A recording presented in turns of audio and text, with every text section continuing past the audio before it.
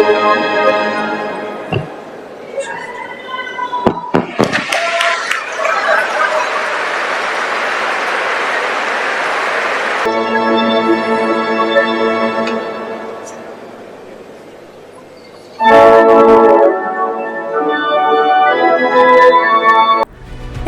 ദാനം ചെയ്യുന്നവരുടെ മധ്യസ്ഥനായ ഇറ്റലിയിലെ ബെനവന്റോയിലെ ബിഷപ്പായ വിശുദ്ധ ജനുവരിയോസിന്റെ അത്ഭുതത്തിന് ഇറ്റലിയിലെ ജനങ്ങൾ വീണ്ടും സാക്ഷ്യം വഹിച്ചു. വിശുദ്ധ കുർബാന മധ്യേ നേപ്പിൾസിലെ ആർച്ച് ബിഷപ്പ് ഡൊമിനിക്കോ ബെറ്റാഗ്ലിയാണ് വിശുദ്ധന്റെ രക്തത്തിന്റെ തിരുശേഷിപ്പടങ്ങിയ ആംബ്യൂൾ ഉയർത്തി തിരുരക്തം വീണ്ടും ദ്രാവക രൂപത്തിലായ വിവരം ദേവാലയത്തിൽ ഒത്തുകൂടിയ ജനങ്ങളെ അറിയിച്ചത്. വിശുദ്ധ ജനുവരിയോസിന്റെ തിരുരക്തത്തിന്റെ ഓരോ തുള്ളിയും നമ്മോട് ദൈവസ്നേഹത്തെക്കുറിച്ചാണ് ഓർമ്മിപ്പിക്കുന്നത് എന്ന് ആർച്ച് ബിഷപ്പ് ബെറ്റാഗ്ലിയ തന്റെ പ്രസംഗത്തിൽ പറഞ്ഞു. ഇറ്റാലിയൻ ഭാഷയിൽ സാൻ ജന്നാരോ എന്നറിയപ്പെടുന്ന വിശുദ്ധ ജനുവരിയോസിന്റെ തിരുനാളിന് നേപ്പിൾസിലെ കത്തീഡ്രൽ ഓഫ് അസംഷൻ ഓഫ് മേരിയിൽ നൂറുകണക്കിന് ആളുകളാണ് ഒത്തുകൂടിയത്. സെപ്റ്റംബർ 19 ഈ വിശുദ്ധന്റെ തിരുനാൾ. ഡയോക്ലീഷ്യൻ ചക്രവർത്തിയുടെ നേതൃത്വത്തിൽ മതപീഡനം ശക്തമായിരുന്ന സമയത്താണ് വിശുദ്ധ ജാനുവരിയോസ് ജീവിച്ചിരുന്നത്. നേപ്പിൾസ് ആണ് അദ്ദേഹത്തിന്റെ ജന്മനാട്.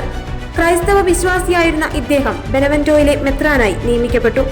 പീഡിപ്പിക്കപ്പെടുന്നതിനിടയിലും ക്രൈസ്തവ വിശ്വാസികളെ വിശ്വാസത്തിൽ ഉറപ്പിച്ചു നിർത്തുവാൻ അദ്ദേഹം പ്രത്യേകമായി പരിശ്രമിച്ചു.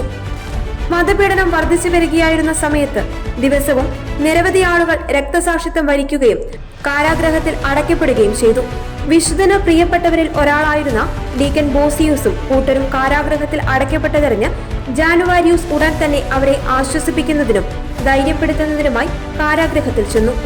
സന്ദർശന വാർത്ത അറിഞ്ഞ അധികാരികൾ പെട്ടെന്ന് തന്നെ വിശുദ്ധനെ പിടികൂടി ബന്ധനസ്ഥനാക്കി.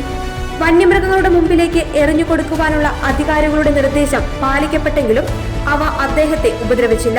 കണ്ടുനിന്ന ജനങ്ങളെ ഈ സംഭവം ക്രിസ്തുമതത്തിലേക്ക് ആകർഷിച്ചേക്കുമെന്ന് ഭയപ്പെട്ട അധികാരി ഉടൻ തന്നെ ജാനുവാരിയൂസിന്റെ ശിരസ് ഛേദിക്കുവാൻ ഉത്തരവിട്ടു. ഒരു പ്രാദേശിക ഐതിഹ്യമനുസരിച്ച് വിശുദ്ധ ജാനുവാരിയൂസിന്റെ പൊതുവധശിക്ഷയ്ക്ക് ശേഷം യൂസേബിയ എന്ന സ്ത്രീ ഒരു തിരുശേഷിപ്പ് പോലെ സൂക്ഷിക്കുവാൻ അദ്ദേഹത്തിന്റെ രക്തം 2 കുപ്പികളിൽ ശേഖരിച്ചു. എന്നാൽ അത്ഭുതകരമായി ഇടയ്ക്കിടെ ഈ രക്തം കട്ടപിടിക്കുകയും ദ്രവീകരിക്കുകയും ചെയ്യുവാൻ തുടങ്ങി. 1389 ആദ്യമായി ഇത് സ്ഥിരീകരിച്ചത്.